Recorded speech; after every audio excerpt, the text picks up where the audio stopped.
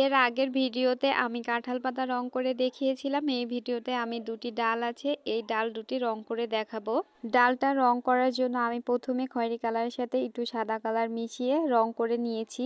এবার সামান্য একটু কালো কালার দিয়ে আমি ডালটির এক পাশে কালো রং করে নিয়েছি, যাতে আলো ছায়া বোঝা যায়। আপনারা দেখতেই পাচ্ছেন এক পাশে আমি একটু কালো রং বেশি করেছি, আর ডাল দুটির মাঝে মাঝে আমি হালকা করে দাগ টেনে নিয়েছি কালো রং দিয়ে।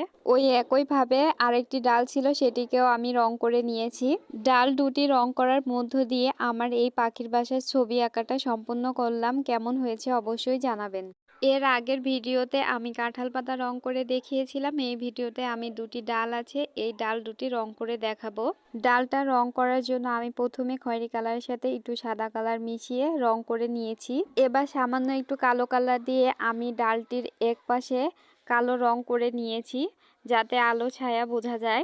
আপনারা দেখতেই পাচ্ছেন এক পাশে আমি একটু কালো রং বেশি করেছি, আর ডাল দুটির মাঝে মাঝে আমি হালকা করে দাগ টেনে নিয়েছি কালো রং দিয়ে। ওই একইভাবে আরেকটি ডাল ছিল, সেটিকেও আমি রং করে নিয়েছি।